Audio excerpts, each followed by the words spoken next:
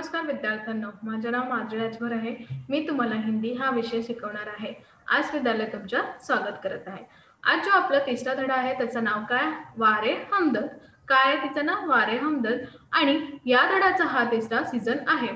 तर चला बघूया या सीझन मध्ये आपण काय पाहणार आहे. बघा, शब्दार्थ हिंदीतून हिंदी आणि मराठी. अर्थव्यवस्था, सार्वजनिक राजस्व एवं उसके आर्यव्यय की पद्धती आणि मराठीतून सार्वजनिक कमाईचं पद्धती आणि त्यांचं उत्पन्न खर्च. इन्सानियत, मानवता, मराठीतून पण मानवता.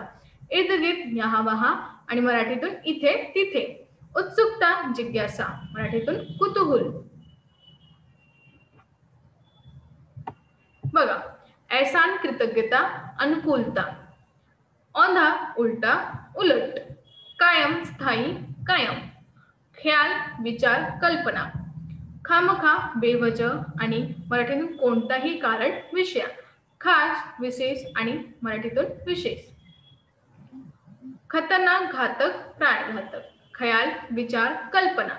खामखा, बेवजह, कोणताही कारण शिवाय. खास, विशेष, मराठीतून पण विशेष. दुर्घटना, विपत्ती आणि इथे आफत, आपत्ती. निमंत्रण, बुलावा, आमंत्रण. हमदर्दी, सहानुभूती आणि मराठीतून पण सहानुभूती. अजून आहे परमात्मा, ईश्वर, देव. प्रभाव, असर, प्रभाव. फिरक, चिंता, अजून चिंता. बंधन, रुकावट, अडथळा. बेतुकी, निर्थक, विचित्र. शिशी, बोतल, मराठीतून बाटली. संदर्भ, हवाला, मराठीतून पण हवाला. बघा, आता आपण बघणार आहे प्रश्न आणि उत्तरे. काय बघणार आहे? प्रश्न आणि उत्तरे. तर पहिला काय आहे? मरीज से मिलने के लिए आने वाले लोगों की विशेषता.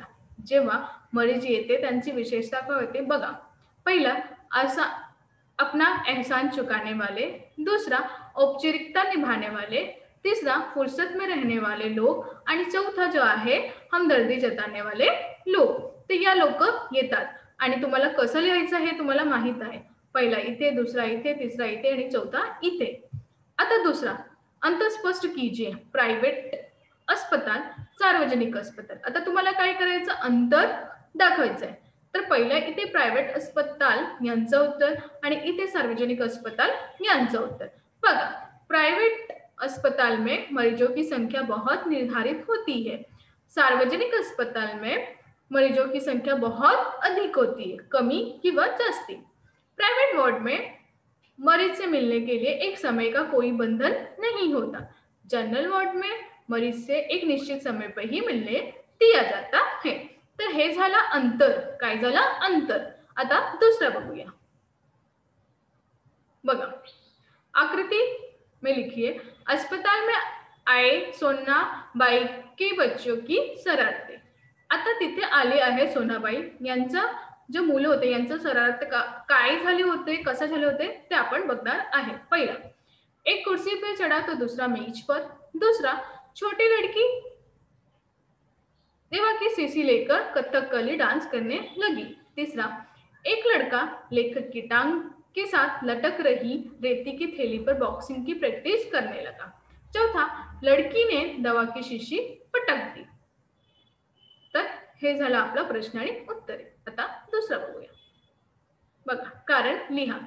पहिला, लेखक को अधिक गुस्सा अपनी पत्नी पर आया. क्यों आया?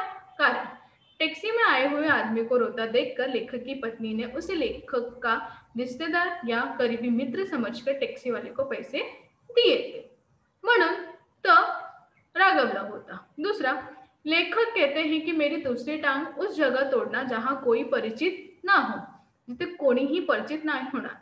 कारण लेखक के अनुसार बड़े बेदर्द होते हैं वो लोग जो लोग हमदर्दी जताने आते हैं. तर हे झालं आपला कारण लिहा. अजून बघूया. शब्द समूह के लिए शब्द लिखिए. तर पहिला काय? वह स्थान जहां अनेक प्रकार के पशु पक्षी रखे जाते हैं. तो काय याचं उत्तर? चिडियाघर. काय? चिडियाघर. दूसरा, जहां मुफ्त में भोजन मिलता है त्याला काय म्हणतात? भंडारा. काय म्हणतात? भंडारा. आता बघा, मरीज से मिलने जाते समय कौन कौन सी सावधानी बरतनी चाहिए। जेव्हा आपल्या आजारी लोकांना भेटायसाठी जातात तेव्हा आपल्याला कोणकोणती बातमीची सावधानी घ्यावा लागेल या घ्या असा कोणती बातमी आहे ते आपण बघणार आहे। बघ, हम अपने दैनिक जीवन में आए दिन बदलते मौसम व दुर्घटना के कारण आस पड़ोस के लोगों के बीमार होने के बारे में देखते सुनते रहते हैं। कभी कभी बदलते मौसम व बीमारी का शिकार हमारे ही परिवार के सदस्य या परिचित रिश्तेदार होते हैं। अपनेपन के कारण हम उसे बीमारी की हालत में देखने जाते हैं, किंतु कई बार असावधानी के चलते हम मरीज के दुख तकलीफ को और बढ़ा देते हैं। अतः मरीज से मिलने जाते समय हमें निम्नलिखित सावधानी बरतनी चाहिए। जैसे पहला, मरीज से मिलने के समय निश्चित होता है, अतः निश्चित समय पता करके ही हमें मिलना जाना चाहिए। दूसरा, अपने सामर्थ्य के अनुसार फल व स्वास्थ्यपूर्वक खाद्य सामग्री तथा आवश्यक रुपए पैसे भी साथ में लेकर जाना चाहिए। तीसरा, हमेशा ध्यान रखें कि बच्चों को साथ ना लेकर जाएं। यदि कोई विकल्प नहीं तो बच्चों को ले जाने पर भी मरीज से उन्हें दूर रखें। इससे संक्रमण होने की आशंका नहीं रहती और बच्चे की शरारत से मरीज को भी नुकसान नहीं होता। मरीज से आवश्यक बातें ही करनी चाहिए, आवाज ऊंची ना हो और उसे विनम्रता होनी चाहिए। पांचवा, डॉक्टर बाय नर्स व अस्पताल के कर्मचारियों के कार्य में कोई बाधा न हो, इस बात का भी ख्याल रखें। इस प्रकार सामाजिक शिष्टाचार व अनुशासन का पालन करते हुए हमें मरीज से मिलना चाहिए। यहाँ पे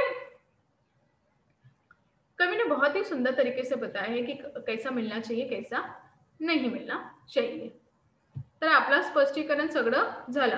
आता आपण बघणार आहे की आपण आज काय शिकलो। आज आपण हे शिकलो की आपण जेव्हा मरीज सोबत जातात, भेटायला जातात, तेव्हा आपल्याला काय करायचं आहे, आपल्या सोबत आपले मुले नको घेऊ जा आणि जात पण आहे, काही विकल्प नाही आहे तुमच्या लोकांच्यासाठी की नाही घरी कोणी पण नाही, तर त्यांना काय करा, सोडून घेऊन जा, पण इतकं जवळ नको बसूया, जे आजारी आहे त्यांचं इतकं जवळ नको बसूया आणि आरामात बसवा आणि तिथे जे वस्तू आहे त्याला नको हात लावू आणि लोकांसाठी जे जात आहे त्यांच्यासाठी नारळ पाणी, फळ असाही प्रकाराच्या वस्तू किंवा हे सगळे घेऊन जा। जेव्हा तुम्ही आणखीन काहीतरी घेणार आणि त्यांच्या सोबत राखणार, ते खाणार, तर विचित्र अजून आजारी पडणार।